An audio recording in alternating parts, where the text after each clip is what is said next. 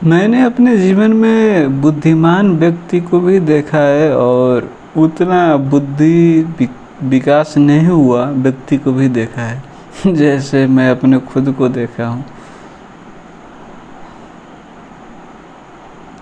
तो क्या फ़र्क है जिसका बुद्धि कहे या फिर ज्ञान कहे, जिसको वो विकास हो जाता है तो उसके व्यवहार में क्या परिवर्तन आती है। वही वातावरण रहता है। वातावरण तो कभी चेंज नहीं होता। उसी वातावरण में कम बुद्धि वाले व्यक्ति एक तरह से बिहेवियर दिखाता है और बुद्धिमान व्यक्ति दूसरी तरह से बिहेवियर दिखाता है। तो बुद्धिमान व्यक्ति विपरीत परिस्थिति हो या फिर अच्छी वातावरण नहीं हो, इमोशनल टर्मोइल की स्थिति हो, तब भी वो शांत रहता है। शांत कहने का अर्थ केवल बोली से शांत नहीं, मन से शांत रहता है। और उस परिस्थिति में अब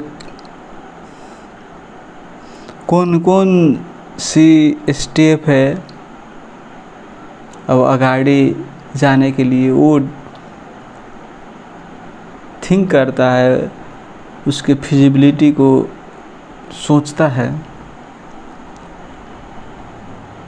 लेकिन वहीं पर कम बुद्धि वाले व्यक्ति हड़बड़ा जाता है और भावनात्मक डिस्प्ले करने लगता है, जैसे एंगर की हो गई, प्रतिशोध की हो गई, या फिर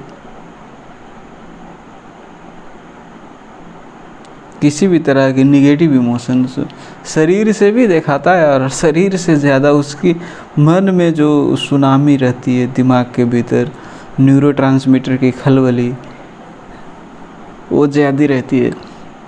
तो उससे उसके थिंकिंग अंडरस्टैंडिंग अच्छी नहीं होती है। और अब वातावरण निगेटिव है, प्रतिकूल है, तो हम तो अब कुछ नहीं कर सकते ना। अब उसमें अब कैसे अच्छी करनी है या फिर अब क्या दूसरे स्टेप लेनी है, वो तो सोच कर और फ्यूचर फिजिबिलिटी उस डायरेक्शन में क्या है वो